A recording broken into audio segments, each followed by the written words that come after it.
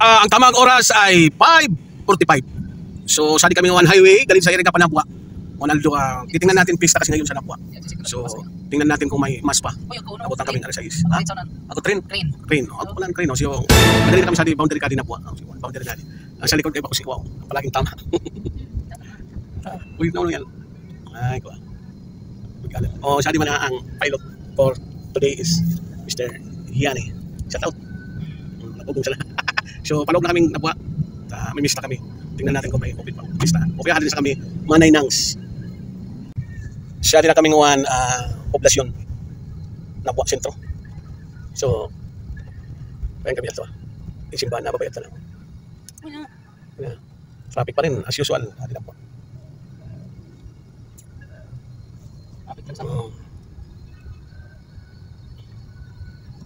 Op. Makalog yan. So, kalakol ka di banderitas. Ano? Pista tayo, magaw. Sagagataw sila yun.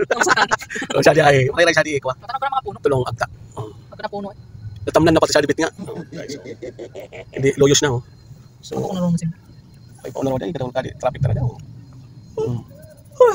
Talagang, siya di na yun, nakarani na, pirang metro na sa ladi, pero parang hindi makalog dahil ka di, traffic. Tapos ang sabang ka ng mga sinyal. Ha? Bukas yung mga sinyasan. Sinyasan rin na sinyasan. Pero sana puno. Ay, mga kuno. Ang salit man, di man mabayo. So, guys, talagang traffic talaga. So, okay na, sige, ilog mo. Ay, nakakanan. Anong log ikaw? So, palog kami sa Simban Highway.